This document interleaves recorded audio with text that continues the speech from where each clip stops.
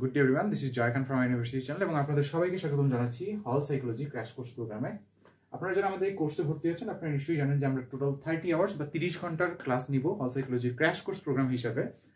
এবং এইখানে আমরা আপনাদেরকে এক্সামে সাকসেসের যতগুলো টুলস অ্যান্ড টেকনিক্স আছে সবগুলো দিয়ে দেওয়ার চেষ্টা করবো। একটা জিনিস মনে রাখবেন, আপনারা অধিকাংশই যারা পাবলিক এক্সাম দিচ্ছেন সেটা হচ্ছে একটা এমসিকিউ এক্সাম, রাইট?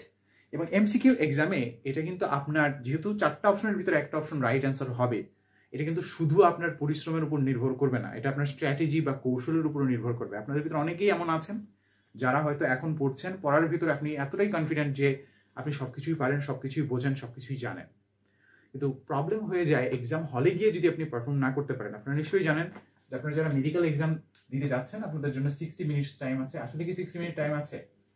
না, you have barely 55 minutes of time. কারণ আপনি এক্সাম হলে যাওয়ার পরে দেখবেন যে কি তারা আপনাকে একটার ভিতর সাইন করতে বলবে, আপনাকে কোশ্চেন পরে দিবে, অনেক সময় হয়তো ওয়েমার শিট আগে নিয়ে নিবে। সো এভাবে you barely get 55 minutes of time. এবং আপনি যখন এই যে ফার্স্টের দিক থেকে যখন আপনি এই পারসেপশন নিয়ে যাচ্ছেন যে না আমার কাছে 1 ঘন্টা সময় আছে, no, you don't have actually 1 hour period of time. So এইগুলো আপনাকে কিন্তু বুঝতে হবে। আরেকটা জিনিস আমি আপনাদেরকে বলে রাখতেছি, যেটা যে আমরা এখানে ফার্স্টে আজকে ডিসকাস করবো এক্সাম হল সাইকোলজি, অর্থাৎ যেদিন আপনি পরীক্ষাটা দিতে যাবেন সেদিন আপনার সাথে কি কি ঘটবে এবং সেই জিনিসগুলো কেন ঘটবে। তো আমি আপনাদেরকে আমার নিজের অভিজ্ঞতা নিয়ে একটু কথা বলি। আপনারা নিশ্চয়ই জানেন যে আমিও 8-10টা স্টুডেন্টের মতো আমি আমার জীবনের যাত্রা শুরু করেছিলাম, বিশ্ববিদ্যালয়ে ভর্তির অভিজ্ঞতার যাত্রা শুরু করি। তো সেই সময় একটা অস্বাভাবিক ঘটনা যেটা ঘটেছিল, আমি প্রায় 3 মাস সময় ধরে অত্যন্ত একাগ্রচিত্তভাবে আমি কিন্তু 3 মাস সময় শুধুমাত্র পড়াশোনার সাথেই ছিলাম। আমি অন্য কোনো কাজ করি নাই, আমার মনে আছে আমি অন্য কোনো দিকে তাকাইও নাই, কিন্তু still at my first exam I fail. তো তখন আমি জিনিসটা এক্সপিরিয়েন্স হওয়ার পরে আমি বুঝতে পারি যেটা যে না, আপনাকে এখানে কৌশলী হতে হবে, আপনাকে শুধু জাস্ট পরিশ্রম করলেই হবে না, আপনাকে বুদ্ধি খাটাতে হবে এবং এক্সাম হলে গিয়ে আপনাকে ঠিকভাবে পারফর্ম করতে হবে। আপনি যদি অন্য জায়গায় ভালো পারেন, ঠিক আছে, আপনি মডেল টেস্ট দিচ্ছেন, খুব ভালোভাবে দিচ্ছেন, কিন্তু মেইন পরীক্ষার হলে গিয়ে আপনি সমস্যায় পড়লেন, আপনি নার্ভাস হয়ে গেলেন, আপনার অনেক বেশি সমস্যা হবে। তো তখন আসলে আমি অনেক কিছু জানতাম না যে মানুষ কিভাবে এক্সাম হলে নার্ভাস হয়, ঠিক আছে, এবং আপনারা এখন অনেকেই জানেন যে এই জিনিসগুলো কিভাবে ঘটে। আপনারা খুব সচেতন হবেন এবং এখানে যদি আপনারা প্রত্যেকটা স্টেপ রাইটলি নেন তাহলে আপনাদের এই বিপদে পড়তে হবে না। এখন সবার আগে যে জিনিসটা আমি আপনাদেরকে বলবো, আপনারা নিশ্চয়ই জানেন যে এক্সাম হল সাইকোলজির সবচেয়ে বড় সিক্রেটটা হচ্ছে যে আপনাকে আপনার দুটো জিনিসকে কন্ট্রোল করতে হবে। একটা হচ্ছে আপনার মাইন্ড এবং অপরটা হচ্ছে আপনার বডি। এখন আমি আপনাদেরকে একটা সিক্রেট জানিয়ে দিচ্ছি, সেটা হচ্ছে অনেক সময় আপনার মাইন্ড আপনার ভিতরে আপনার বডিতে কি করে, ফিয়ার তৈরি করে, ভয় তৈরি করে। আবার অনেক সময় আপনার বডি আপনার মাইন্ডের ভিতরে কি তৈরি করে, ফিয়ার তৈরি করে। সো ফিয়ার এলিমেন্টটা যখনই তৈরি হচ্ছে আপনার বডিতে অথবা আপনার মাইন্ডে, এটার কোনো না কোনো রেজাল্ট কিন্তু আপনার উপর পড়বে। সো এই ফিয়ারকে আপনি কিভাবে কন্ট্রোল করবেন, আপনার সাবকনশিয়াস মাইন্ডকে আপনি কিভাবে এঙ্গেজ করবেন, সেই সংক্রান্ত গুরুত্বপূর্ণ তথ্যগুলো আমি আপনাদেরকে আজকে দিয়ে দেওয়ার চেষ্টা করব। তো সবার আগে একটা জিনিস আপনাকে বুঝতে হবে যে যেহেতু বডি এবং মাইন্ড দুটো জিনিস ইন্টারকানেক্টেড, আপনাকে যে কোনো একটা যদি আপনার এগেইনস্টে যায় অপরটা দিয়ে আপনাকে সেটা ওভারকাম করতে হবে। কিন্তু আপনার মাইন্ডের একটা সমস্যা হচ্ছে যেটা যে আপনি মাইন্ডকে বেশি সময় ধরে মাইন্ডে বেশি ফোকাস করতে পারবেন না। আপনি যদি ট্রাই করেন দেখবেন আপনার খারাপ লাগতেছে, আপনি ভালো জিনিস মনে করার চেষ্টা করতেছেন, কিছুক্ষণের জন্য এটা কাজ করবে, কিন্তু কিছুক্ষণ পরে গিয়ে আপনার আবার কি দেখবেন যে না, আপনার মাইন্ড আপনার এগেইনস্টে চলে যাচ্ছে। সো এই ধরনের ঘটনা ঘটে। সো আপনি যদি আপনার বডি এবং মাইন্ডকে কন্ট্রোল করতে চান, there is a very secret way, যে জিনিসটা সম্পর্কে অন্য কেউ জানে না এবং যেটা ইউজ করে আপনারা জানলে অবাক হবেন। আমি আমার ইউনিভার্সিটি অ্যাডমিশন ভর্তির অভিজ্ঞতায় প্রায় 5.5 লক্ষ স্টুডেন্টকে পিছনে ফেলেছি এই হল সাইকোলজি প্রোগ্রাম বা এই যে প্রিন্সিপালগুলো আছে এগুলোকে ব্যবহার করার মাধ্যমে। আমি অনেক পাবলিক জবের পরীক্ষাতে অ্যারাউন্ড প্রায় ধরতে পারেন যে অ্যারাউন্ড 2 মিলিয়ন স্টুডেন্টকে পিছনে ফেলেছি এই হল সাইকোলজি প্রিন্সিপালগুলোকে ব্যবহার করে। সো ওভারঅল ভাবে এখানে আমি আপনাদেরকে যে জিনিসটা বলবো সেটা আপনারা অনেকেই বিশ্বাস করতে যাবেন না, but that is a fact. আপনি এই এক্সামের সময় আপনার বডি এবং মাইন্ডকে যদি ঠিকভাবে জাস্ট রাখতে পারেন, দুটো জিনিসকে আমি বলেছি, আপনার বডি এবং মাইন্ডকে যদি আপনি স্টেবল রাখতে পারেন, ঠিক রাখতে পারেন, স্থির রাখতে পারেন, আপনি এই পাবলিক পরীক্ষায় টিকে যাবেন। অথচ একজন স্টুডেন্ট যে অনেক পরিশ্রম করবে, অনেক কষ্ট করবে, অবশ্যই কষ্টের ভালো দিক আছে, এটা আপনারা যারা সাকসেসফুল হয়েছেন তারা নিশ্চয়ই জানেন, কিন্তু কষ্ট করার পর যদি তার স্ট্র্যাটেজি বা কৌশল ঠিক না থাকে, সে যদি তার মাইন্ড অথবা বডির কন্ট্রোল হারিয়ে ফেলে, অথবা পরীক্ষার হলে আপনারা নিশ্চয়ই জানেন যে এই এক্সাম হলে ওরা বিভিন্ন ধরনের ট্র্যাপ সেট করে। আপনারা নিশ্চয়ই মেডিকেল কোশ্চেনে দেখেছেন এই ধরনের প্রশ্ন আছে যে কোনটি এই পর্বের প্রাণী নয়, কোন উত্তরটি সঠিক নয়, কোন উত্তরটি ভুল নয়। এই ধরনের প্রশ্নগুলো করার মাধ্যমে তারা আপনাকে পরীক্ষার হলে কনফিউজ করে। অনেক সময় আপনারা দেখেছেন যে ফার্স্টের দিকের প্রশ্নগুলো অনেক কঠিন থাকে। আপনি যেহেতু অনেক কঠোর প্রিপারেশন নিয়ে গিয়েছেন, আপনার ভিতরে অনেক কনফিডেন্স যে না আপনি পরীক্ষায় টিকে যাবেন, কিন্তু ফার্স্টের দিকে ডিফিকাল্ট কোশ্চেনগুলো দিয়ে ওরা কি করলো আপনাকে, ওরা কিন্তু আপনার সর্বনাশ করে দিল। কি করলো বলুন তো? ওরা আপনাকে হ্যাক করে ফেললো। যখন আপনি ফার্স্টের দিকে কঠিন প্রশ্ন দেখলেন এবং সেই প্রশ্নে চিন্তা করলেন যে ইস প্রশ্ন তো কঠিন হয়েছে, আপনার সাবকনশিয়াস মাইন্ড তখন কি ইমপ্রেশন পাবে? যখন আপনি কঠিন প্রশ্নটা ফার্স্টে দেখে ফেললেন তখন আপনার সাবকনশিয়াস মাইন্ড ধরেই নিবে যে প্রশ্নটা ওভারঅল ভাবে অনেক কঠিন হয়ে গেছে। আপনি পরের পেজ খুলে যখন খুলবেন তখন সেখানে সহজ প্রশ্ন থাকলেও সেটা আপনার কাছে কি মনে হবে? কঠিন মনে হবে। এইভাবেই আপনি পরীক্ষার হলে হ্যাকড হয়েছেন। আপনারা জানলে অবাক হবেন, আমার একজন স্টুডেন্ট, সে অত্যন্ত ভালো স্টুডেন্ট, সবকিছুই সে পারে, কিন্তু সে এক্সামে টিকে নেয় শুধুমাত্র এই সাইকোলজিক্যাল রিজনসের কারণে। এবং যখন আমি তাকে বললাম যে কি হয়েছিল পরীক্ষার হলে, সে বললো যে স্যার আমি পরীক্ষার হলে গিয়েছি, তো পরীক্ষা দেওয়া শুরু করছি, দেখি যে অনেকগুলো কোশ্চেন আসছে, অনেক কঠিন কোশ্চেন আমি দেখতেছিলাম, সেগুলো অ্যান্সার করতেছিলাম। তো আমি সেগুলো অ্যান্সার করার পরে দেখলাম যে সময় শেষ হয়ে গেল আর লাস্টের দিকে অনেকগুলো কোশ্চেন ছিল। পরে আমি দেখি যে না কোশ্চেনগুলো অনেক ইজি, কিন্তু আমি এগুলো দাগাইতেই পারলাম না। সো এই ধরনের ঘটনা ঘটে। এবং শুধু যে এরকম হয় তা কিন্তু না। আপনারা জানলে অবাক হবেন, রিসেন্টলি আমরা দেখেছি আমাদের স্টাডি থেকে ওরা ডিফিকাল্ট কোশ্চেন দিয়ে স্টার্ট করে, তারপরে কিছু ইজি প্রশ্ন দেয়, তারপরে আবার ডিফিকাল্ট কোশ্চেন দেয়, তারপরে আবার ইজি প্রশ্ন দেয়, তারপরে আবার ডিফিকাল্ট কোশ্চেন দেয়, তারপরে আবার ইজি প্রশ্ন দেয়। সো এভাবে আপনাকে ওভারঅল ভাবে ওরা হ্যাক করার চেষ্টা করে থাকে। সো এটা থেকে এখন বাঁচার উপায় কি? বাঁচার উপায়টা হচ্ছে আপনি পরীক্ষার হলে গিয়ে ফ্লোটিং ভাবে এক্সাম দিবেন। আরেকটা জিনিস মনে রাখবেন, যেহেতু আপনি একটা এমসিকিউ পরীক্ষা দিচ্ছেন, আপনি যদি মনে করেন যে এখানে আপনি নিরাপত্তামূলক ভাবে আপনি কাট মার্কসের জন্য যাবেন, তাহলে আপনি ফেল করবেন। আমি আপনাদেরকে বারবার একটা কথা বলেছি যে কাট মার্কস নামে যে কিছু আছে এটা বিশ্বাস করবেন না, ঠিক আছে? Never think about cut marks. Cut marks বইলে কিছু নাই।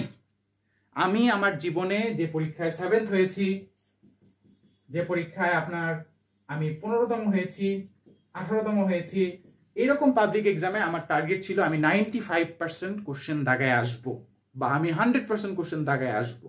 ঠিক আছে?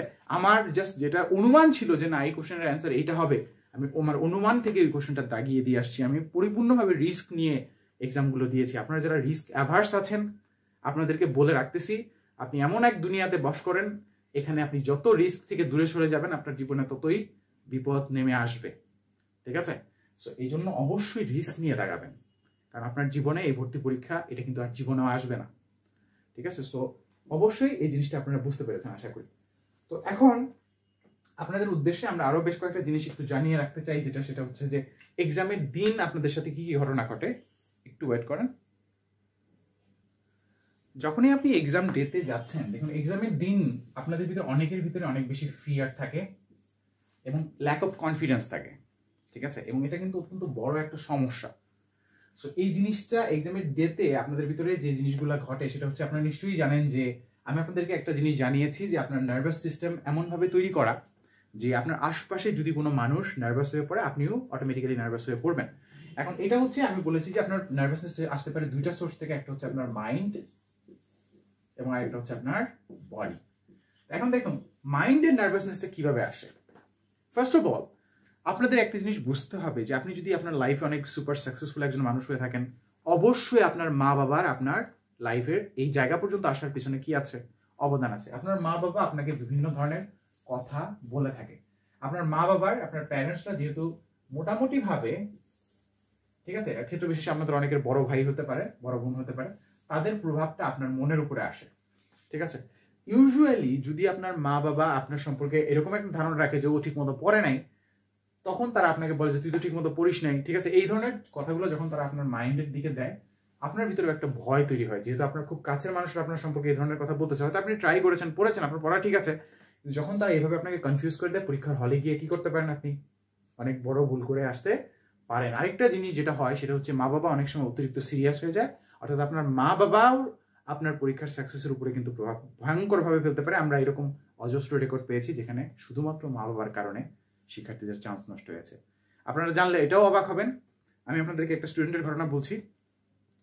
তো তার সেই স্টুডেন্টটা আমি দেখিয়েছি যেটা, যে ধরেন একজন বাবা, ঠিক আছে, তার সন্তান, তো সামহাও এই বাবা তার সন্তানটার সাথে খুবই ক্লোজলি রিলেটেড ছিলেন, সব সময় তিনি তাকে প্রোটেক্ট করছেন, ঠিক আছে, সব সময় তার নিরাপত্তা নিয়ে তিনি চিন্তা করছেন। এই উদ্বেগ থাকার কারণে এবং যেহেতু এই সন্তানটাকে তিনি নিজের মতো করে চলতে দিচ্ছেন না, এই কারণে সে রিস্ক নেওয়ার টেন্ডেন্সিটা পায় নাই। এবং আপনাদের জানতে হবে, যখনই আপনি একটা এমসিকিউ এক্সাম দিতে যাচ্ছেন, সেটা আপনি মেডিকেল এক্সামের দিকে যান, গভর্নমেন্ট জবের এক্সাম দিতে যান, বা ভার্সিটি অ্যাডমিশন দিতে যান, আপনাকে কিন্তু রিস্ক নিতে হবে, ঠিক আছে। আমার এক খুব ক্লোজ একজন ফ্রেন্ড ছিল, যে সবসময় দেখতাম যে তার বাবা সবসময় তাকে কেয়ার করতেছে, সবসময় তাকে নিয়ে দুশ্চিন্তা করতেছে। তো দুশ্চিন্তাটাকে আপনাকে নিজেকে নিতে হবে। So you'll have to take your own responsibility.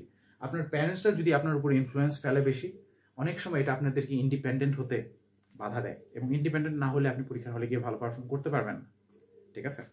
আমি আপনাদেরকে আমার নিজের অভিজ্ঞতা থেকে বলতেছি, আমি আমার জীবনে পাবলিক এক্সামে মোস্ট সাকসেসফুল হয়েছি। অনেক সময় আমি আমার আশপাশের মানুষজনকে, আমার প্যারেন্টসদেরকে জানাইও নাই যে আমার একটা এক্সাম আছে। সো এভাবে আমি নিজের যে পৃথিবীটা আছে আমার, সেটাকে আমি গোছানোর চেষ্টা করছি। সো দেখা গেছে যে আমার যে পরীক্ষাগুলোতে আমি সাকসেসফুল হয়েছি, সেগুলো আমি হয় একা দিতে গিয়েছি, অথবা আমার সাথে আমার এমন কোনো মানুষ বা এমন কোনো ফ্রেন্ড বা এমন কোনো আত্মীয়কে আমি নিয়ে গেছি যে পড়াশোনা কি এটাই জানে না, মানে অত্যন্ত কম জানে, যে সেই সবচেয়ে কম দুশ্চিন্তা করেছে। এবং তার সে যেহেতু আপনার প্যারেন্টসরা যখনই আমি এরকম একটা ঘটনা আপনাদেরকে বলেছিলাম না, যে আপনারা নিশ্চয়ই জানেন যে ঢাকার অত্যন্ত উচ্চপদস্থ একজন কর্মকর্তা, তিনি তার মেয়েকে নিয়ে মেডিকেল এক্সামে গিয়েছেন। তার মেয়ে এক্সামে গিয়েছে, এবং বুঝতেই পারতেছেন যেহেতু তিনি একজন হাই প্রোফাইল পার্সন, তার আইকিউ ছিল হাই। অর্থাৎ মা বাবার আইকিউ, মা বাবা যদি চালাক হয় এবং যদি দুশ্চিন্তা প্রবণ হয়, ঠিক আছে, সেক্ষেত্রে এই দুশ্চিন্তাটার ইফেক্টটা সন্তানের উপর পড়ে, এবং সন্তান গিয়ে এক্সাম হলে ভালো পারফর্ম করতে পারে না। আচ্ছা, যাই হোক, আমরা আপনাদেরকে কিছু জিনিস জানাইলাম, অর্থাৎ আপনাদের আশপাশে এই মাইন্ডের উপরে আশপাশের মানুষের প্রভাব পড়ে। এখন আপনার মানুষের, শুধু কি আপনার মাইন্ডের উপর আপনার আশপাশের মানুষের প্রভাব পড়ে না, কিন্তু এটার ভিতরে আপনার নিজের মনের চিন্তার প্রভাবও পড়ে। এখন আমি আপনাকে একটা ব্যক্তিগত কোশ্চেন করতেছি। ধরেন আপনারা অনেকেই মেডিকেল এক্সাম দিতে যাচ্ছেন, আমি একটা প্রশ্ন করছি যে আপনারা বিগত মাসগুলোতে, বিগত ধরেন 3 মাস সময়ের ভিতরে, আপনারা এই যে সময়টা আপনারা পড়াশোনার ভিতরে লেগেছিলেন, আপনাদের পড়াশোনা কতটুকু হয়েছে? আমি যদি ব্যক্তিগতভাবে আপনাকে একটা প্রশ্ন জিজ্ঞেস করি, যে এই বিগত 3 মাস সময়ে আপনি কতটুকু পড়া এগোতে পেরেছেন, যে আপনি অনুভব করতে পারেন যে আপনার চান্সটা হবে অথবা হবে না, আপনার কি মনে হচ্ছে? আমি যদি আপনাকে এই প্রশ্নটা করি, যে এই মুহূর্তে আপনি একটু নিজের কাছে নিজে একটা প্রশ্ন করুন, যে বিগত 3 মাস সময়ে কি আমি এমনভাবে পড়েছি যে আমার চান্সটা হবে, নাকি আমি জাস্ট পড়ার সাথে লেগেছিলাম, বাট আমি পড়ার কিছুই ধরতে পারি নাই, পড়ার কিছুই আমার মনে আসে নাই, আমি হেজিটেট করেছি, আমার চান্সটা হবে কি না এ বিষয়ে আমি সন্দিহান হয়ে পড়েছি।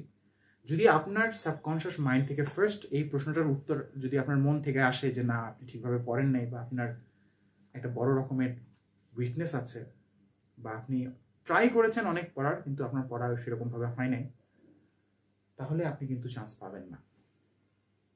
That is the fact of reality, এটাই বাস্তবতা, ঠিক আছে। কারণ আমি আপনাদেরকে জানিয়ে রাখতেছি, যখন যে পরীক্ষাগুলোতে আমি অসাধারণ রকম ভালো করেছি, সেই পরীক্ষাগুলোতে আমার যে বৈশিষ্ট্য ছিল সেটা হচ্ছে যে I was confident about getting chance, ঠিক আছে। কারণ আদারওয়াইজ আমি এরকম 95% দাগানোর মতো রিস্ক আমি নিতে পারতাম না।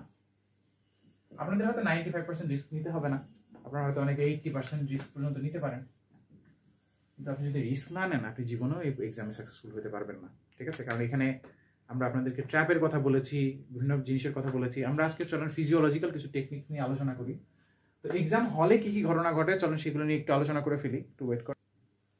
তো আপনারা যখনই এক্সাম হলে যাচ্ছেন, এক্সাম হল, এই এক্সাম হলে যাওয়ার সময় আপনার সাথে কিছু অস্বাভাবিক ঘটনা ঘটতেছে, যেটা হয়তো আপনারা অনেকেই নোটিস করেন নাই। 1 নম্বর জিনিস হচ্ছে, যদি আপনার মাইন্ড অ্যান্ড বডির ব্যাপারটা আমরা বারবার বলবো। সো যদি আপনি পরীক্ষার হলে যেতে লেট করে ফেলেন, ধরেন আপনার একটা জায়গায়, আপনার বাসা হচ্ছে এখানে, বাসা থেকে এখানে আপনার হলের দূরত্ব হচ্ছে আপনার 1 আওয়ার ডিস্টেন্সে, ঠিক আছে, আপনার হোম। তো হোম থেকে আপনি যদি হলের এই 1 আওয়ার ডিস্টেন্সের সময়ের ভিতরে আপনি যদি এমন করেন যে আপনার পরীক্ষা হচ্ছে 10টায়, আপনি এখানে 9টার আগে আসেন নাই, ঠিক আছে? আপনি যদি এখানে 9:30টায় আসেন, আপনার মনের ভিতরে দুশ্চিন্তা তৈরি হবে, একটা স্ট্রেস পড়বে, ঠিক আছে? এবং যখন একটা দুশ্চিন্তা আপনার মনের ভিতরে ঢুকবে, এটা কিন্তু it's like a seed, it's going to grow. এটা থেকে আপনার দুশ্চিন্তা আরো বাড়তে থাকবে। সো আপনি যদি আপনারা নিশ্চয়ই মার্ফির লস জানেন। মার্ফির ল হচ্ছে যে যদি কোনো একটা কিছু গন্ডগোল হইতে পারে, যে ঠিক আছে, যেমন আমি আপনাদেরকে আমার নিজের সাকসেসের অভিজ্ঞতা থেকে কিছু কথা বলি। পাবলিক এক্সামে, ইউনিভার্সিটি অ্যাডমিশন এক্সামে আমি প্রায় 5.5 লক্ষ স্টুডেন্টকে পিছনে ফেলেছি। আমি আপনাদেরকে একটা কথা বলতেছি, সেটা হচ্ছে যে আমি আমার জায়গা থেকে চেষ্টার কোনো ত্রুটি করিনি। আপনাদের ভিতরে অনেকে আমাকে একটা কোশ্চেন করেছিলেন যে আপনি কোন বই পড়েছেন। আমি সব বই কিনেছি, সে সময় বাজারে যে বই পাওয়া যেত সব বই কিনেছি। আপনি যদি বলেন যে কোন কোন চ্যাপ্টার পড়েছি, আমি সব চ্যাপ্টারই পড়েছি, ঠিক আছে? তবে আমার স্ট্র্যাটেজি ছিল, স্ট্র্যাটেজিটা আপনাদেরকে একটু জানিয়ে রাখতেছি। দেখুন, আপনারা ইউজুয়ালি যখন বই পড়তে বসেন, আপনারা যে কাজটা করেন নিশ্চয়ই হয়তো খেয়াল করেছেন, আপনি অলরেডি যে জিনিসগুলো আপনার পড়া হয়ে গেছে, আপনার যে জিনিসগুলো পড়তে ভালো লাগে, এই পড়া হয়ে যাওয়া জিনিসগুলো যেগুলো আপনি পারেন, সেই জিনিসগুলোই বারবার পড়তে থাকেন না। কেন বলুন তো? কারণ এই জিনিসগুলো পড়তে আপনার ভালো লাগে, ঠিক আছে? আমি যখন চান্স পেয়েছি, আমার মনে আছে যে আমি যে জিনিসগুলো পারতাম না, আমি সেই জিনিসগুলো বেশি পড়তাম। অর্থাৎ যে জিনিসগুলো আপনি পারেন না, সেগুলোর দিকে আপনাকে বেশি ফোকাস করতে হবে। যা পারেন, যেটা পড়া হয়ে গেছে, সেটা পড়া বাদ দিয়ে দেন, ওটা আপনার মনে আছে, ঠিক আছে? সো যে জিনিসটা পারেন না, সেই জিনিসটার দিকে ফোকাস দিন, ঠিক আছে? আর আরেকটা জিনিস মনে রাখবেন, মাইন্ডকে কন্ট্রোল করা it's not an easy task. আপনাদের যদি এরকম কোনো সাপোর্টিভ এনভায়রনমেন্ট না থাকে, আমরা এখানে অজস্র শিক্ষার্থীকে দেখেছি যারা স্ট্র্যাটেজিতে ভুল করেছে। এক্সামের সময় আপনাকে স্ট্র্যাটেজি করতে হবে, কৌশল করতে হবে। কৌশল না করলে আপনারা এখান থেকে কোনো রক্ষা পাবেন না। এখন চলুন আপনার বডির কিছু জিনিস আমরা শেয়ার করি। দেখেন, আমরা বলেছি যে আপনি পরীক্ষার হলে যখন যাচ্ছেন, ঠিক আছে, আই বেগ ইউর পার্ডন, এগুলো হয়তো দেখতে খুব একটা সুন্দর হচ্ছে না, বাট ইউজুয়ালি এক্সাম হলে আপনারা নিশ্চয়ই জানেন যে অনেকগুলো স্টুডেন্ট একসাথে যায়, এক্সাম হলের আশপাশেও তারা একসাথে থাকে। আপনারা জানলে অবাক হবেন যে একজনের বডি থেকে আরেকজনের বডিতে নার্ভাসনেস শেয়ার হয়, ঠিক আছে? আপনাদের ভিতরে পরীক্ষার যদি হলে বা পরীক্ষার ব্যাপারে যদি আপনার ভিতরে নার্ভাসনেস ঘটে, কখন ঘটবে জানেন? এক্সামের 15 দিন আগের থেকে এটার প্রসেসটা স্টার্ট হবে, ঠিক আছে? আপনার ভিতরে একটু একটু করে দুশ্চিন্তা তৈরি হবে, এবং এই জিনিসটা কে করবে জানেন? আপনার সাবকনশিয়াস মাইন্ড, ঠিক আছে? আপনি জানলে অবাক হবেন, এই যে আপনি আমার কথা শুনছেন, আপনি যাই করতেছেন, আপনার লাইফের 97% জিনিস পুরোপুরি আপনার সাবকনশিয়াস মাইন্ড নিয়ন্ত্রণ করতেছে। আপনার হার্টবিট থেকে শুরু করে, আপনার চিন্তা থেকে শুরু করে, আপনি কালকে কি করবেন, আপনি দেখবেন যে গতকাল আপনি যা করছেন আজকেও তাই করতেছেন, কারণ সাবকনশিয়াস মাইন্ডের প্যাটার্ন হয়ে গেছে এটা, এবং এটা থেকে কিন্তু আপনি বের হতে পারবেন না। তো এই সাবকনশিয়াস মাইন্ড হচ্ছে আপনার সেই সোর্সটা যেটা কি করতেছে, আপনাকে বাঁচিয়ে রাখতেছে। এবং আপনার সাবকনশিয়াস মাইন্ড কিন্তু এই জিনিসটা জানে যে আপনি যদি একটা public medical college, public university, ঠিক আছে, পাবলিক ইউনিভার্সিটি, গুড কোনো ইনস্টিটিউশন বা গুড কোনো সাবজেক্টস যদি না পড়েন, তাহলে আপনার উপর কি আসবে? বিপদ আসবে। সো সামাজিকভাবে আপনি হেয় হবেন না, এটা কিন্তু আপনি জানেন। দেখেন, আমরা কিন্তু এই জিনিসটা বুঝি যে আপনাদের ভিতরে নিশ্চয়ই এই প্রবণতা আছে, যদি আমি ডাক্তার না হই কি হবে? মানুষজন বলবে যে ও ভালো স্টুডেন্ট না।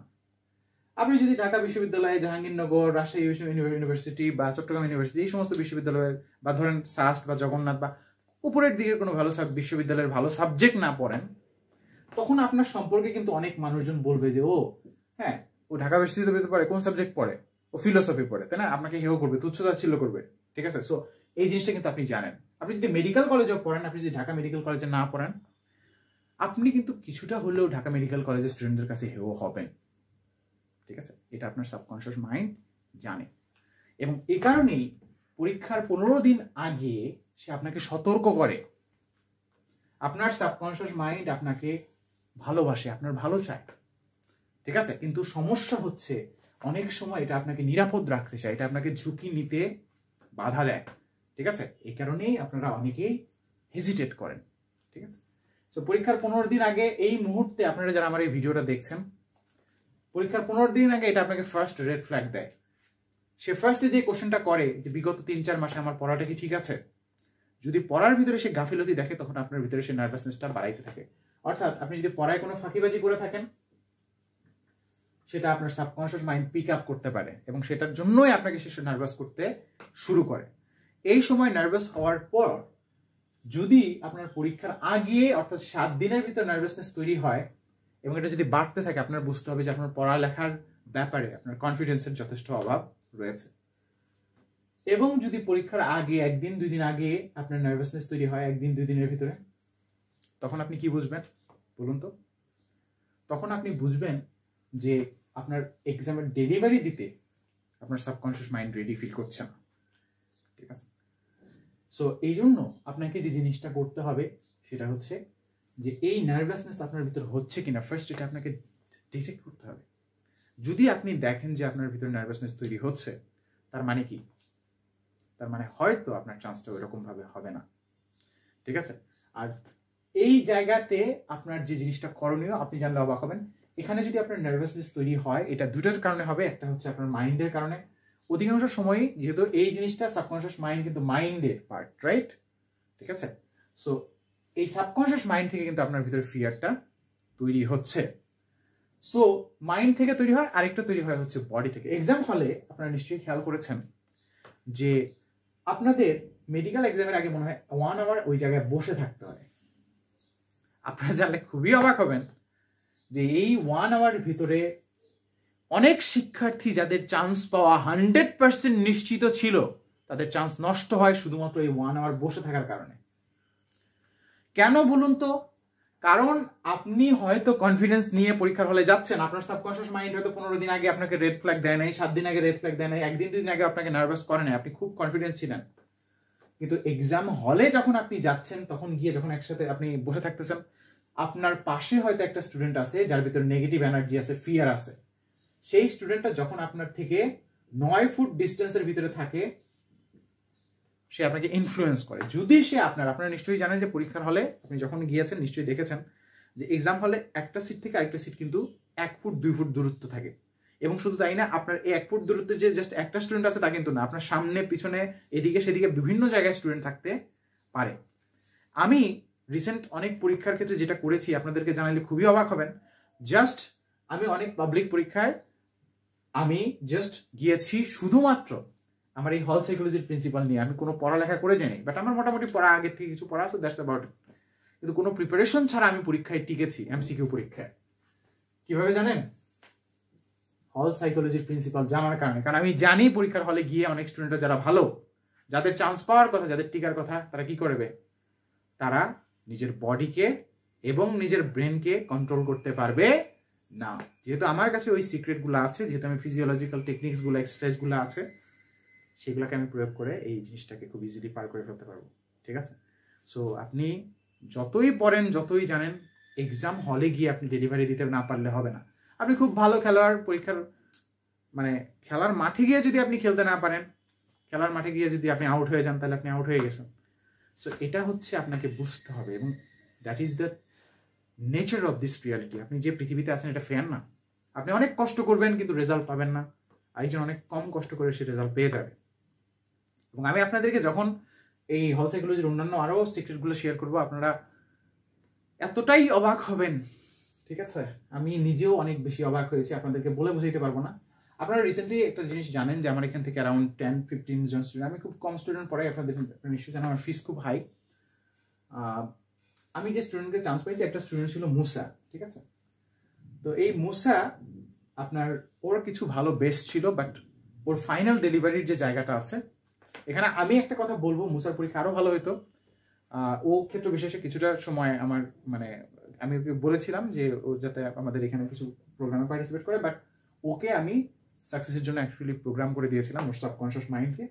সো এটার কারণে ওর নিজের জায়গা থেকেও সিনসিয়ার ছিল, বাট ওর এই চান্সটা হয়েছে। মুসার চান্স হয়েছে, আমাদের নাবিলা জাহাঙ্গীরনগরে চান্স পেয়েছে, আপনারা নিশ্চয়ই জানেন। জাসিয়া মেরিট পজিশন পেয়েছিল। আমাদের অ্যারাউন্ড 15 থেকে 20 জনের মতো স্টুডেন্ট চান্স পেয়েছে।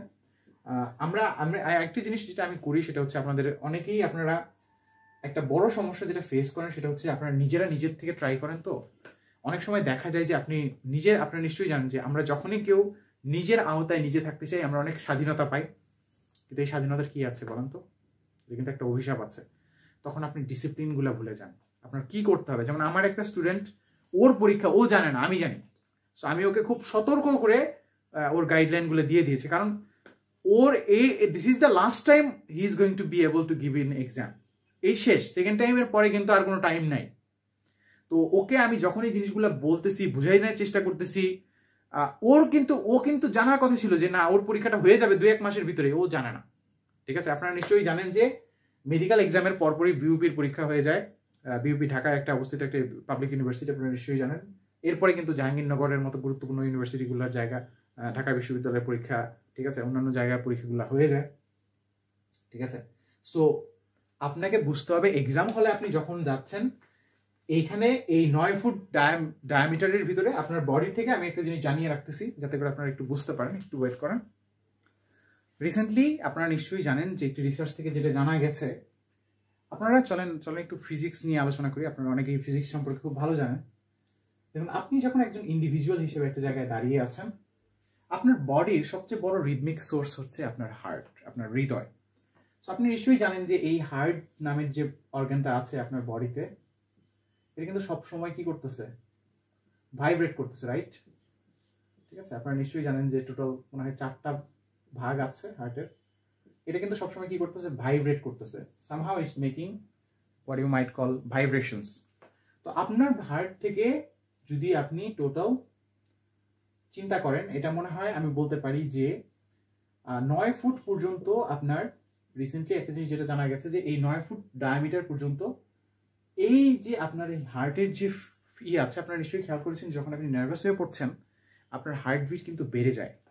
ঠিক আছে, সো সামহাউ যদি আপনার 9 ফুটের ভিতরে কোনো মানুষ থাকে, সে আপনার দ্বারা ইম্প্যাক্টেড হবে। ঠিক আছে, সো এটা একটা সিস্টেম আছে। এটা জাস্ট আমি আপনাকে হার্টের ব্যাপারটা দিয়ে বুঝিয়ে দিলাম। সো এই কারণেই আমি বলেছি যে এক্সাম হলে যদি আপনার 1 ফুট 2 ফুটের ভিতরে যদি কেউ কাছাকাছি কেউ থাকে ইউজুয়ালি, এবং সে যদি নার্ভাস হয়, আপনার হার্ট এবং তার হার্ট কি হবে? সিনক্রোনাইজেশন হবে। এবং আপনি সে যতটুকু নার্ভাস হয়ে পড়ছে, আপনি 5 থেকে 10 মিনিটের ভিতর ততটুকুই নার্ভাস হয়ে পড়বেন। এবং নার্ভাস হয়ে পড়লে যে জিনিসটা হয়, আপনারা নিশ্চয়ই খেয়াল করেছেন যে আপনার হাতের কাছেই ছিল আপনার কি একটা চাবি। ঠিক আছে, তো আপনি যে জিনিসটা করলেন, আপনি হঠাৎ করে চিন্তা করলেন যে আমার এত তাড়াতাড়ি এখনই আমার বেরোতে হবে, আমি চাবি খুঁজে পাচ্ছি না। ঠিক আছে, তো চাবিটা কিন্তু আপনার চোখের সামনেই ছিল, কিন্তু আপনি খুঁজে পাচ্ছিলেন কেন? আপনি দুশ্চিন্তা করছিলেন, আপনার অ্যাড্রেনালিন রাশ হচ্ছিল। সো সামহাউ এই মানুষটা যখন নার্ভাস হবে, আপনাকেও সে কি করবে? নার্ভাস করে দিবে। এবং নার্ভাস করে দেওয়ার পর এভাবে একটা নার্ভাসনেস হতে পারে। আরেকটা নার্ভাসনেস যেটা আছে, এটাও খুবই অদ্ভুত রকম। সেটা হচ্ছে যে এই মানুষটার প্রপ্রিওসেপশন আছে। আপনারা নিশ্চয়ই জানেন যে সে যেহেতু নার্ভাস, সেটা কোনো না কোনো ভাবে তার ফেশিয়াল এক্সপ্রেশনে, চেহারার এক্সপ্রেশনে। এই কারণেই আমি আপনাদেরকে বলেছি, আপনারা যারা চালাক আছেন, যারা নেচার থেকে আশপাশ থেকে পিক আপ করতে পারেন, ঠিক আছে, আপনার মা বাবা আপনার সম্পর্কে একটা খারাপ কথা বলছে যে হ্যাঁ আমার ছেলে তো পড়াশোনা করে না, ওই কথাটা আপনার কানের ভিতর দিয়ে ঢুকে পড়ে, আপনি ওটা নিয়ে বারবার চিন্তা করতে থাকেন, ওভার থিঙ্কিং করতে থাকেন। এই ধরনের সমস্যাগুলাতে আপনাকে ফেলে দেয় কে বলুন তো? আপনার নার্ভাস সিস্টেম। আপনার প্রপ্রিওসেপশন নার্ভাস সিস্টেম সব সময় আশপাশে যে স্টুডেন্টরা আছে তাদেরকে দেখতেছে, তাদের চোখের দিকে তাকাচ্ছে, তাদের ফেসের দিকে তাকাচ্ছে। যদি একটা স্টুডেন্ট নার্ভাস হয়, সেই স্টুডেন্টের বডি থেকে নার্ভাসনেস আপনার বডির ভিতরে প্রবেশ করবে। ঠিক আছে, এবং এই জিনিসটা হবে মূলত আপনার চোখের মাধ্যমে। আপনি যখন ওই জিনিসটা দেখবেন, ঠিক আছে, এবং শুধু দেখার মাধ্যমে কিন্তু হবে না, আপনার এই যে হার্টের ব্যাপারটা, এটা তো মাথায় রাখতে হবে। অর্থাৎ এটা কিন্তু ফিজিক্সের ল অনুযায়ী হচ্ছে, আর এটা হচ্ছে আপনার সাইকোলজিক্যাল ল অনুযায়ী। অর্থাৎ আপনার আশপাশে যে নার্ভাস আছে, যদি আপনি চোখ দিয়ে তাকে দেখেন, আপনি নিশ্চয়ই খেয়াল করেছেন যে আপনি যখনই টিভিতে কোনো খেলা দেখতেছেন, কি হচ্ছে? আপনারও খেলা করতে ইচ্ছে করতেছে, আপনার বডিও, হ্যাঁ, আপনি যখন ডান্স দেখতেছেন আপনার নাচতে ইচ্ছে করতেছে, বিকজ আপনার প্রপ্রিওসেপশন কি করতেছে? ওই বডিকে কপি করার চেষ্টা করছে। সো যখন আপনি একটা নার্ভাস স্টুডেন্ট পরীক্ষার হলে গিয়ে দেখছেন বা তার সাথে কথা বলতেছেন, বিশেষ করে এই কারণে এক্সাম হলে কারোর সাথে কথা বলবেন না। Never talk with anyone, never talk with anyone. ঠিক আছে, নাম্বার 1। নাম্বার 2 হচ্ছে কারো কাছাকাছি থাকবেন না। Don't stay close, stay away. অন্যদের কাছ থেকে দূরে থাকবেন। কতটুকু দূরে থাকবেন? ট্রাই করবেন 9 ফুটের বেশি দূরত্ব রাখা। ইউজুয়ালি যদি এই জিনিসটা করতে না পারেন, মিনিমাম 5 ফুট 4 ফুট ডিস্টেন্সে থাকার চেষ্টা করবেন। কিন্তু হলে যখন আপনার সিট বসে পড়বেন, তখন তো আপনার কিছু করার নাই। সেই সময়ের জন্য আমরা আপনাদেরকে কিছু ফিজিওলজিক্যাল বা শারীরিক এক্সারসাইজ দিয়ে দিব। ঠিক আছে, আমরা এখানে অজস্র এক্সারসাইজ শিখিয়ে দিই, আমাদের পক্ষে যতটুকু সম্ভব আমরা দেখিয়ে দিচ্ছি। এক নাম্বার জিনিস হচ্ছে যে যেহেতু আপনার বডির ভিতরে এই নার্ভাসনেস গুলো আসতে পারে, আর আপনি এই জিনিসগুলো এই কারণে থাকলে আপনি কি করবেন? ফার্স্ট অফ অল, যখন আপনি এক্সাম হলে যাচ্ছেন, আপনার আশপাশের মানুষজনের দিকে তাকাবেন না, আপনি দেয়ালের দিকে, উপরের দিকে তাকাইতে পারেন। আরেকটা জিনিস জানিয়ে রাখছি, আপনার যে চোখ আছে এটা দিয়ে কখনোই আপনি নিচের দিকে তাকাবেন না। আপনার চোখেরটা যদি এরকম ভাবে আপনি নিচের দিকে তাকিয়ে থাকেন, আপনার ভিতরে নার্ভাসনেস তৈরি হবে। ঠিক আছে, আপনার বডি আপনার মাইন্ডকে কন্ট্রোল করে। সো যদি আপনি এভাবে ডাউন ফিল করেন, এবং আরেকটা জিনিস খেয়াল করবেন, যদি যখন আপনি পরীক্ষার হলে বসে আছেন সিটে, ধরেন একটা সিট, এখানে একটা সিট, এখানে একটা সিট, ঠিক আছে, বা লম্বালম্বি সিট, এখানে আপনি বসেছেন, এখানে একজন বসেছে। সো আপনি দেখবেন যদি আপনি 5 মিনিট বসে থাকেন, আপনার শরীরটা, আপনি এরকম ছিলেন, কিন্তু কিছুক্ষণ পরে আপনি দেখছেন যে এরকম হয়ে যাচ্ছেন, তারপরে একটু এরকম হয়ে যাচ্ছেন, মানে আপনি বাঁকা হয়ে যাচ্ছেন ধীরে ধীরে। এরকম কেন হচ্ছে? এটা হচ্ছে এই যে হার্ট বিটের মাধ্যমে আপনাকে শরীরের ভিতরে আরেকজন নার্ভাসনেস তৈরি করতেছে, সেই কারণে। এবং যেহেতু আপনারা খুব কাছাকাছি আছেন, আপনাদের প্রপ্রিওসেপশন কি করতেছে? এগুলো পিক আপ করতেছে। সো আপনার বডি অত্যন্ত পাওয়ারফুল একটা টুল, কিন্তু আপনি এই বডিকে যদি আপনি না জানেন যে এটা কিভাবে কাজ করে, আপনি কিন্তু কখনোই এটা থেকে এই রেজাল্ট পেতে পারবেন না। তাহলে এখন কি করবেন দেখেন, আপনাকে যেটা ফার্স্টে বলেছি, কখনো নিচের দিকে তাকাবেন না, অলওয়েজ ট্রাই করুন উপরের দিকে তাকানোর জন্য। মানুষজন, আরেকটা জিনিস, মানুষজন আপনার উপর কিছুটা ইম্প্যাক্ট ফেলতে পারে আপনার ভিতর। শুধু তাই না, এক্সাম হলে যখন আপনি পরীক্ষা দিচ্ছেন, আপনি মেডিকেল এক্সাম দিচ্ছেন, আপনি গভর্নমেন্ট জব এক্সাম দিচ্ছেন, অথবা আপনি যখন কি করছেন, ইউনিভার্সিটি অ্যাডমিশন এক্সাম দিচ্ছেন, সেই সময় আপনার ভিতরে নার্ভাসনেস আসতে পারে। এক নাম্বার জিনিস, আমি আপনাদেরকে কিন্তু সতর্ক করে বলছি, 1 ঘন্টা সময় কিন্তু আপনি পাবেন না, আপনি 55 মিনিট সময় পাবেন। ঠিক আছে, সেই সময় আপনার ভিতরে যদি কোনো রকম ভাবে কেউ দুশ্চিন্তা তৈরি করতে পারে, তাহলে আপনি কিন্তু চান্স পাবেন না। আপনি কি জানেন যে সামনে যারা গার্ড দেয়, তাদের কোলাহল, তাদের হইচই বা তাদের উত্তেজনার কারণে অনেক সময় আপনাদের চান্স নষ্ট হয়। কারণ তারা আপনাকে বুঝিয়ে দেয় যে আজকের সেন্টারটা ভালো না। আমি আমার জীবনে যখন ফার্স্ট যে এক্সামটা দিয়েছিলাম, সেই এক্সামটায় যখন আমি টিকি, সেদিন আমাদের হলের সামনে, আমার মনে আছে, টোটাল 4 জন গার্ড ছিল, রুমটা একদম ছোট, 4 জন গার্ড, তারা সবাই খুব সুন্দর করে গল্প করতেছিল। সো কি বলবো আপনাদেরকে, এত এমনিই হচ্ছে মেমোরি সেন্ট্রিক একটা পরীক্ষা, আপনাদের মেডিকেল এক্সামের মতো। সো সেই পরীক্ষাটা হচ্ছিল, আমি অত্যন্ত কষ্ট করে সবগুলো অ্যান্সার করেছি, এবং একটা পর্যায়ে গিয়ে আমি আপনার জিনিস যেটা বুঝতে পারি সেটা হচ্ছে যে পরীক্ষায় কিন্তু অ্যাপ্রোচের একটা ইস্যু আছে। আপনারা নিশ্চয়ই জানেন যে যদি আপনি কোশ্চেন ইজি দেখেন, ঠিক আছে, আপনি যদি ইজি কোনো কোশ্চেন দেখেন, একটু আমি লিখে দিচ্ছি এখানে, ইজি কোশ্চেন দেখলে আপনাকে 90% দাগে আসার চেষ্টা করতে হবে যদি আপনি টিকতে চান। যদি হার্ড কোশ্চেন দেখেন, তাহলে আপনি যত বেশি পারেন দাগে আসবেন, এটা হয়তো 70 বা 75% পর্যন্ত যেতে হইতে পারে, অনেক সময় 60% পর্যন্ত নেমে আসতে পারে যদি খুব হার্ড হয়। তো ওইবার আমাদের কোশ্চেনটা হয়েছিল হার্ড। সো আমি বুঝতে পেরেছিলাম যে কোশ্চেনটা অনেক ডিফিকাল্ট হয়েছে। সামনে যখন গার্ডটা ডিস্টার্ব করতে শুরু করলো, তখন বুঝতেই পারছেন যে আমার আসলে ওই পরীক্ষাটায় আমি ভেবেছিলাম যে হয়তো আমি টিকবো না, বাট আমি ওনাদেরকে যেটা করেছিলাম যে সামটাইমস আপনাকে এভাবে নিজের কন্ট্রোলটা রাখতে হবে। আপনার বাইরে থেকে কোলাহল আসতেছে, আপনি উত্তেজিত হয়ে পড়লেই আপনি হেরে যাবেন। ঠিক আছে, আপনাকে নিজের কন্ট্রোলটা রাখতে হবে, উত্তেজিত হওয়া যাবে না। সো আমি ওনাদেরকে জাস্ট আল্লাহর রাস্তায় ক্ষমা করে দিলাম। সো আল্লাহর অশেষ রহমতে সেই পরীক্ষাটাই কিন্তু আমি টিকি। সেই পরীক্ষাটা আপনারা জানলে অবাক হবেন, অ্যারাউন্ড 30,000 স্টুডেন্ট পরীক্ষা দিয়েছিল, 140 জন পাস করছিল। আপনি চিন্তা করে দেখেন, 30,000 জন পরীক্ষা দিছে প্রায়, সেখান থেকে 140 জন পাস করছে। ঠিক আছে, সো আমার র্যাঙ্ক হয়েছিল 85। ঠিক আছে, কিন্তু এইভাবে আসলে টিকতে হয়। আসলে মানে আপনাদেরকে কি বলবো, আপনারা অনেকেই যারা আছেন এই টেকনোলজিগুলো, এগুলো সম্পর্কে যখন আপনারা জানতে পারতেছেন, বুঝতে পারতেছেন যে এটা একটা স্ট্র্যাটেজির খেলা আসলে। ঠিক আছে, কারণ আপনি যদি এক্সাম হলে গিয়ে একটু রিঅ্যাক্টিভ হয়ে যান, আমি আপনাদেরকে একটা বইয়ের কথা বলেছিলাম, you probably know about the 7 habits of highly effective people. সেখানে আমি কি বলেছিলাম, আমি বলেছিলাম না যে আপনাকে নন রিঅ্যাক্টিভ হতে হবে, আপনি রিঅ্যাক্টিভ হলে কিছুই করতে পারবেন না। ঠিক আছে, কারণ আমরা will have to think long term. ঠিক আছে, আচ্ছা, সো আশা করি ব্যাপারটা বুঝতে পেরেছেন। সো এভাবে আমি কিন্তু আমার ফার্স্ট পরীক্ষায় টিকি। আচ্ছা, এখন দেখেন আমি আপনাদেরকে কিছু ফিজিওলজিক্যাল জিনিস দিয়ে দেওয়ার চেষ্টা করি। ফার্স্ট অফ অল, আপনি যদি পরীক্ষার হলে, আমি আপনাদেরকে বলেছি এই কারণেই, পরীক্ষার হলে আগেই গিয়ে সিটে বসে পড়বেন না। ঠিক আছে, আপনি সিট দেখলেন, হ্যাঁ অন্যরা বসে রয়েছে, আমি আপনাদেরকে বলে দিচ্ছি, অন্যদের দিকে তাকাইলে পর্যন্ত আপনি নার্ভাস হয়ে পড়তে পারেন, কারো দিকে তাকাবেন না। টিচারের দিকে তাকাইতে পারেন, ঠিক আছে, কিন্তু কথা হচ্ছে তিনিও কিন্তু নার্ভাস হয়ে পড়তে পারেন। ইউজুয়ালি তিনি হন না, কারণ বুঝতেই পারতেছেন তিনি ডিস্টেন্সে থাকেন, কিন্তু কারোর দিকে তাকাবেন না। That's rule number 1। 2 number rule, হলে আগে গিয়ে বসবেন না, আগে হাঁটাহাঁটি করতে পারেন। আর হাঁটাহাঁটি করার একটা শর্ত আছে, আপনার যদি দুশ্চিন্তাগ্রস্তভাবে হাঁটেন তাহলে আপনি দৌড়াদৌড়ি করবেন, আপনাকে স্লোলি হাঁটতে হবে। আর যেটা বলেছি যে চোখটা কোথায় থাকবে, চোখ নিচের দিকে থাকলে হবে না, চোখটা একটু উপরের দিকে রাখবেন। মানুষজন দেখবেন না, বাট এভাবে আশপাশে আপনি ওয়ালের দৃশ্য দেখতে পারেন, ঠিক আছে, আপনি গাছপালা দেখতে পারেন, কিন্তু মানুষ দেখা যাবে না, ঠিক আছে। That's rule number 1। Rule number 2, আপনি যখন দেখবেন যে কোনো টিচার ঢুকে পড়তেছে, ম্যাডাম ঢুকে পড়তেছে, সেই সময় গিয়ে বসবেন। আপনি যদি রুমের ভিতরেও থাকেন, মানুষজন থেকে ডিস্টেন্স কোনো জায়গায় গিয়ে হাঁটাহাঁটি করবেন, জানলা টানলা দেখবেন, ঠিক আছে। এইভাবে আপনাকে টাইম পাস করতে হবে, কারণ যদি আপনি আগে গিয়ে বসে থাকেন 8-10 জনের মতো, আপনি কিন্তু নার্ভাস হবেন।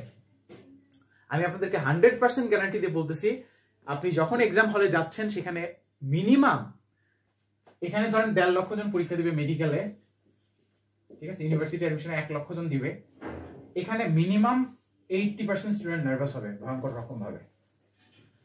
রকম ভাবে 80% হবে। 98% স্টুডেন্ট কোনো না কোনো ভাবে নার্ভাস হবে, এটা লিখে রাখতে পারেন। 98% স্টুডেন্ট কোনো না কোনো ভাবে নার্ভাস হবে। অ্যাকচুয়ালি 100%ই হবে, কিন্তু কিছু স্টুডেন্ট, যেটা বলছি ভাগ্যের কারণে, যেহেতু তাদের আশপাশে 2-1 পড়বে যারা নার্ভাস হবে না, তারা লাকিলি বেঁচে যাবে, অথবা তাদের সিট পড়বে দূরে দূরে, হয়তো 5 ফুট 6 ফুট দূরে দূরে পড়েছে, এই কারণে তারা বেঁচে যাবে। সো আপনাকে ধরেই নিতে হবে আপনি অবশ্যই নার্ভাস হবেন, এবং সেটার জন্য যেটা বলতেছি আপনি কি করবেন। নাম্বার 1, আপনি ফিজিওলজিক্যাল এক্সারসাইজ করবেন। আমি আপনাদেরকে কিছু ফিজিওলজিক্যাল এক্সারসাইজ দিয়ে রাখতেছি। আপনারা নিশ্চয়ই জানেন যে আমাদের বডির কিন্তু বেসিক কিছু কম্পোনেন্ট আছে। ধরেন আমাদের যে হ্যান্ডস আছে, এখানে আপনি যখনই দেখেন, আমি আপনাদেরকে একটা সিস্টেম দেখাচ্ছি, যখনই আপনি আমি আমার হ্যান্ডের এই ফিঙ্গারটাকে ধরতেছি, আমার এই বডির, আমি কিন্তু আমার ব্রেনে ফিলিং কিন্তু উইদিন এ ন্যানো সেকেন্ড এখান থেকে আমি ফিল করতে পারতেছি যে এখানে আমার একটা আঙ্গুল রয়েছে, রাইট? সো আপনারা জানলে অবাক হবেন যে আমাদের বডির এনার্জি কনস্ট্যান্টলি বিভিন্ন সময় ফ্লো করে, ঠিক আছে। এই এনার্জির একটা বের হওয়ার জায়গা হচ্ছে আমাদের হ্যান্ডস। সো আপনি যদি জাস্ট, আপনি পরীক্ষার হলে ধরেন বসে আছেন, ঠিক আছে, এমন একটা সময় যখন আপনাকে বাইরে বসে থাকতে হচ্ছে, রাইট, আপনাকে ক্লাসে বসে থাকতে হচ্ছে। আপনি ধরেন মেডিকেল পরীক্ষা হবে 1 ঘন্টা পর, মানে 1 ঘন্টা যে বসে থাকতে হয় সেই সময় আপনি রয়েছেন, তো সেই অবস্থায় আপনি নার্ভাস হয়ে পড়ছেন, তখন আপনি কি করবেন? আমি আপনাদেরকে একটা ফিজিওলজিক্যাল এক্সারসাইজ দিচ্ছি।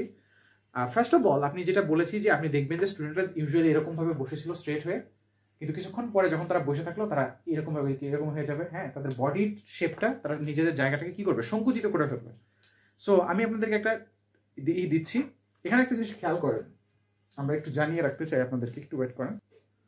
তো ইউজুয়ালি যে জিনিসটা হচ্ছে, যখন আপনি এক্সাম দিচ্ছেন তখন আপনার হলে অ্যাড্রেনালিন রাশের ঘটনা ঘটবে।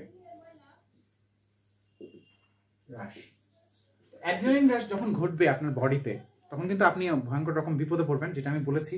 আপনার সাবকনশিয়াস মাইন্ড তখন যে জিনিসটা হবে, আপনার মাইন্ড অর্থাৎ আপনার ব্রেন যদি এটা হয়ে থাকে, সে পেপারের ভিতরে আপনার কোশ্চেন পেপারের যে ইনফরমেশনগুলো আছে সেগুলোকে রিড করতে পারবে না, ঠিক আছে। সো এরকম আপনার সাথে হবে পরীক্ষার হলে। আমি আপনাদেরকে গ্যারান্টি দিয়ে বললাম, আপনি দুনিয়ার বেস্ট স্টুডেন্ট হলেও দেখবেন যে অ্যাটলিস্ট 1 বার বা 2 বার, বা আর যারা একটু রিলেটিভলি নার্ভাসলি সিস্টেমের দিক থেকে একটু দুর্বল হয়ে পড়েন, তাদের মিনিমাম 10 থেকে 15 বার এরকম একটা ঘটনা ঘটবে। আপনি কোশ্চেন দেখতেছেন, বুঝতেছেন না, আপনার ব্রেন ক্যাচ করতে পারতেছে না কোনো একটা রিজনের কারণে, অথবা আপনি ক্যাচ করতে পারতেছেন, আপনার দেরি হচ্ছে, ফ্রিকশন হচ্ছে, রাইট? এটা হচ্ছে কিন্তু আপনার ফিজিওলজিক্যাল অ্যান্ড মেন্টাল স্টেটের কারণে। মানে কি বলেছি, বডি অ্যান্ড মাইন্ডের কথা আমরা বলেছি না? আপনার বডি অ্যান্ড মাইন্ড আপনার এগেইনস্টে কি করতেছে, কাজ করতেছে, বুঝতে পেরেছেন? সো এখন আমি আপনাদেরকে ফিজিওলজিক্যাল একটা এক্সারসাইজ দিচ্ছি। আমরা এখানে অজস্র এক্সারসাইজ শিখাই, মোস্ট ইম্পর্টেন্টলি আপনাদেরকে আমরা যতটুকু সম্ভব দিয়ে দেওয়ার চেষ্টা করতেছি, কারণ হচ্ছে এগুলোকে আপনারা প্রয়োগ করলে এই নার্ভাসনেস থেকে বাঁচতে পারবেন। ফার্স্ট অফ অল একটা জিনিস হচ্ছে, যদি আপনার কপাল খারাপ হয় তাহলে আপনার শত্রুর পাশেই নার্ভাস স্টুডেন্ট বসবে, ঠিক আছে? এখানে একজন, এখানে একজন, এখানে একজন, এখানে বসবেন আপনি। সো তখন আপনাকে যে জিনিসটা করতে হবে, আপনারা নিশ্চয়ই জানেন যে স্ট্যানফোর্ড ইউনিভার্সিটিতে রিসেন্টলি একটা রিসার্চ হয়েছে অ্যাবাউট ইউর ফিজিওলজিক্যাল স্টেটস, স্ট্যানফোর্ডে, ইউএসএতে। এই রিসার্চ থেকে জানা গেছে যে আপনি যদি কোনো স্ট্রং পশ্চারে ধরে রাখতে পারেন, ঠিক আছে, আর আমি আপনাদেরকে যে জিনিসটা দেখিয়েছিলাম যে আপনার এনার্জির ফ্লোটা হচ্ছে কিন্তু এই হ্যান্ডের থ্রুতে, আপনি যদি জাস্ট এক্সাম হলে যখন বসে আছেন সেই অবস্থাতে জাস্ট আপনার এই হ্যান্ড দুটোকে জাস্ট এইভাবে আপনি যদি কানেক্ট করে, ঠিক আছে, হাত দুটোকে যদি উপরে দিয়ে রেখে ফর 2 মিনিটস যদি আপনি ব্রিদিং করেন,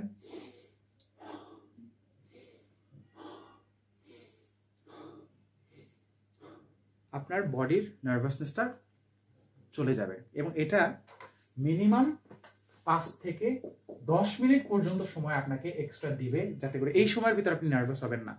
জাস্ট আপনি এই এক্সারসাইজটা করে, আমি যে এক্সারসাইজটা দেখালাম এটা করেন, করে দেখেন যে আপনি এখনই আপনার মনে হবে যে আপনি কনফিডেন্ট ফিল করতেছেন, আপনার রিলেটিভলি আগের তুলনায় ভালো লাগতেছে। আরেকটা জিনিস যেটা হয়, নার্ভাসনেস হয় ইউজুয়ালি 3টা জায়গাতে।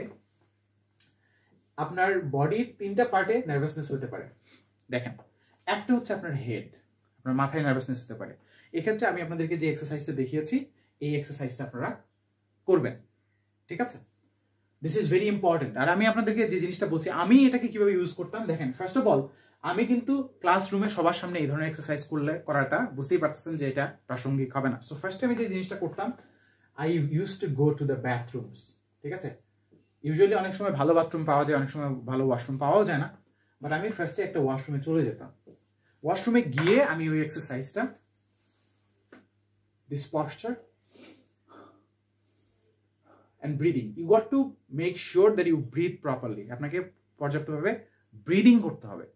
ব্রিদিং করতে হবে কেন? কারণ আপনি জানলে অবাক হবেন, যখন আপনি তথ্যগুলো দেখতে পারতেছেন না, ইজ বিকজ আপনি খেয়াল করে দেখবেন যে পরীক্ষা হলে আপনি ঠিকভাবে নিঃশ্বাস নিতে পারছেন না। অর্থাৎ পরীক্ষা হলে আপনার ব্রেনে অক্সিজেনের সাপ্লাই কি হয়ে যাচ্ছে? কমে যাচ্ছে। একটা জিনিস একটু খেয়াল করে দেখেন, পরীক্ষার হলে আপনি যখন যাচ্ছেন, আপনি যখন এই জিনিসগুলো স্মুথ ভাবে করতে পারতেছেন না। হলে যদি আপনি সিরিয়াস হন, আমি বারবার একটা কথা বলেছি, যদি আপনি কোনো সময়ে কোনো ব্যাপার নিয়ে অতিরিক্ত সিরিয়াস হয়ে যান, আপনার কিন্তু চান্স হবে না। আপনার দুশ্চিন্তা করা টোটালি অফ করতে হবে, তাহলেই আপনি আপনার মাইন্ডকে পরিপূর্ণভাবে কি করতে পারবেন? এঙ্গেজ করতে পারবেন। আর যদি আপনি নার্ভাস হয়ে পড়েন, আপনি ফিল করেন যে না, আপনার শরীরে কাঁপাকাঁপি শুরু হয়ে যাচ্ছে, you got to do this exercise, you got to do it again and again and again. তবে আমি একটা জিনিস বলে রাখবো, যে এই জিনিসটা যদি আপনি অতিরিক্ত করেন, তখন কিন্তু আপনার যে জিনিসটা আমরা দেখেছি সেটা হচ্ছে এই অ্যাড্রিনালিন রাশের যে ঘটনাটা ঘটে, এটাকে কাউন্টার করার জন্য আপনার বডিতে, আপনারা নিশ্চয়ই জানেন যে টেস্টোস্টেরন নামে আরেকটা হরমোন হয়। আপনি যদি যে পশ্চারটা আমি দেখাইলাম, এই পশ্চারটা ধরে রাখেন, গবেষণা থেকে দেখা গেছে যে 25% টেস্টোস্টেরন লেভেল আপনার হাই হয়, যেটা কি করে এই অ্যাড্রিনালিন রাশটাকে কি করে দেয়? কাউন্টার করে, ঠিক আছে? সো আপনার শরীরে যে নার্ভাসনেসটা তৈরি হচ্ছিল, সেটাকে কি করে দেবে? এটা অফ করে দেবে, ঠিক আছে? So for a while you will be able to use it. কিন্তু আপনাকে একটা জিনিস খেয়াল রাখতে হবে, আপনি প্রপারলি নিঃশ্বাস নিচ্ছেন কিনা, আর কমফোর্টেবল আছেন কিনা, ঠিক আছে?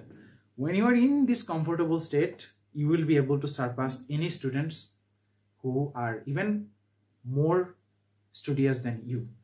So use this thing. And also, আমি যে জিনিসটা করতাম, দেখেন, প্রথমত আমি ওয়াশরুমে এই জিনিসটা করেছি, ঠিক আছে? তো সামহাও বুঝতেই পারতেছেন যে এক্সাম হলে কিন্তু এই এক্সারসাইজ করা যায় না। সো এটা একটা বড় সমস্যা ছিল। সো আমি যে জিনিসটা করতাম সেটা হচ্ছে যে আমার মাথা ব্যথা হচ্ছে অনেকটা, এরকম ভাবে আমি এই জিনিসটা করার ট্রাই করেছি, এবং এটা থেকে আমি দেখেছি যে কিছুটা হলেও আমি ভালো রিলিফ পেয়েছি।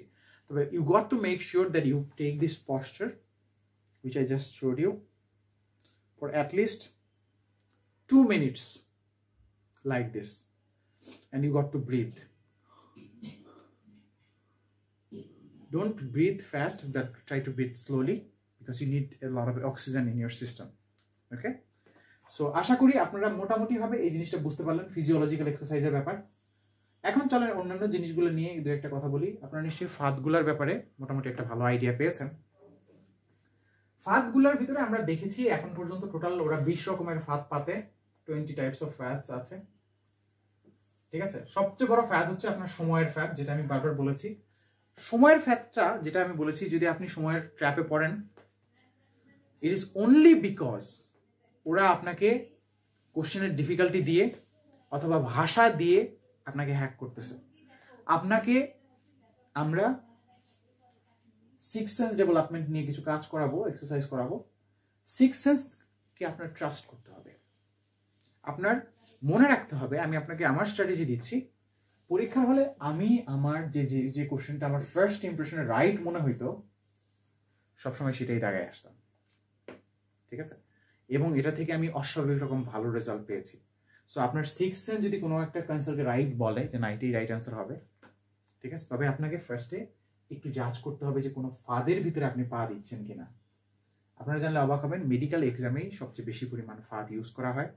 এবং যেহেতু আপনি যখন ওভার স্ট্রেস হয়ে যান, আমরা আপনাদের ফিজিওলজির আরেকটা বৈশিষ্ট্য বলে রাখতেছি, আপনি কিছু কোশ্চেন দাগানোর পরে আপনার একটা দুটো প্রশ্ন ভুল দাগানো হয়ে যেতে পারে ইউজুয়ালি, ঠিক আছে। আপনারা জানলে অবাক হবেন, যারা একদম সব পারে তারাও কিছু কোশ্চেন ভুল দাগিয়ে আসে, ঠিক আছে, কারণ আপনার ব্রেন এত তথ্য অনেক সময়, আর যেহেতু আমি বলেছি অ্যাড্রিনালিন রাশের ঘটনাটা আপনার এক্সাম হলে একাধিকবার ঘটবে, যাদের এই সমস্যাটা অনেক বেশি হয় তাদের জন্য চান্স পাওয়া খুব ডিফিকাল্ট।